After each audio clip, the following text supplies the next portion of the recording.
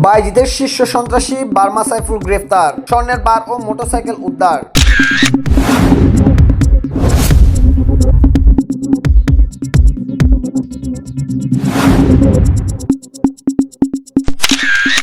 চট্টগ্রাম মহানগর পুলিশের সিএমপির বিশেষ চৌকস টিমের অভিযানে বাইজিদের আলোচিত শীর্ষ সন্ত্রাসী মোহাম্মদ সাইফুল ইসলাম ওরফে বার্মা সাইফুল ও তার সহযোগী শিহাবুদ্দিনকে গ্রেফতার করা হয়েছে।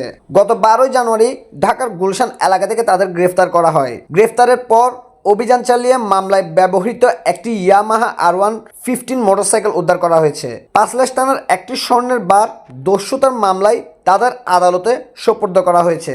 এ ঘটনায় এখন পর্যন্ত 10 জন আসামিকে গ্রেফতার, 29টি স্বর্ণের বার, 290 বড়ি ও 2টি মোটরসাইকেল উদ্ধার করা হয়েছে। এদিকে পাঁচলাইশ মডেল থানার পৃথক অভিযানে বার্মা সাইফুলের ঘনিষ্ঠ আরও 2 সহযোগী রিয়াদ হোসেন ও মীর হোসেনকে ওরফে লিঙ্কনকে গ্রেফতার করা হয়েছে। তাদের বিরুদ্ধে একাধিক চুরি, দস্যুতা ও মাদক সংশ্লিষ্ট মামলা রয়েছেন।